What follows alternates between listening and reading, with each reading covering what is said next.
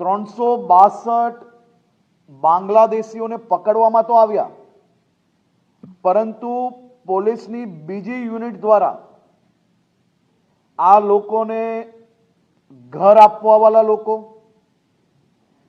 આ લોકોને નોકરી આપવાવાળા લોકો, આ સૌ લોકોને અહીંયા કોણ રાખતું હતું તેની બી તપાસની કામગીરી આગળ ચાલી રહી છે। જેમ કે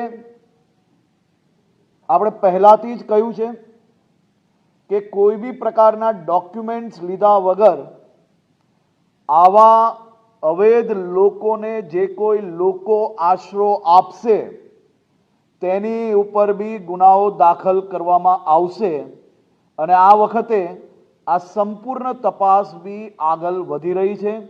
જે ઇન્ડસ્ટ્રીઝે આ લોકોને નોકરી આપી હશે અને પોલીસની અંદર એમના વેરિફિકેશન માટે ડોક્યુમેન્ટ્સ નહીં મોકલ્યા હશે તેમની ઉપર બી કડક કાર્યવાહી કરવામાં આવશે। આ ઓપરેશન એ આવનારા દિવસોમાં બી રાજ્યના તમામ ક્ષેત્રોની અંદર ચાલશે, તમામ દિશાઓમાં ચાલશે।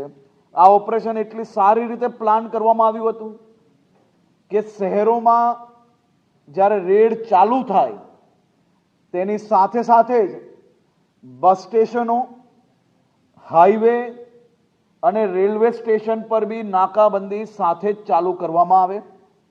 આપ સૌને જાણીને આનંદ થશે કે કુલ મલાવીને આખી રેડ દરમિયાન રેડ ચાલુ થતાની સાથે જ આ નાકાબંધી કરવામાં આવી તો રેલવે સ્ટેશન, બસ સ્ટેશન અને જિલ્લા અને હાઈવે પરની નાકેબંધીના માધ્યમથી 18 લોકો જે ભાગવાની કોશિશ કરતા હતા તેમને બી પકડવાની સફળતા આ વખતે આપણે લોકોને ધ્યાનમાં આવી છે।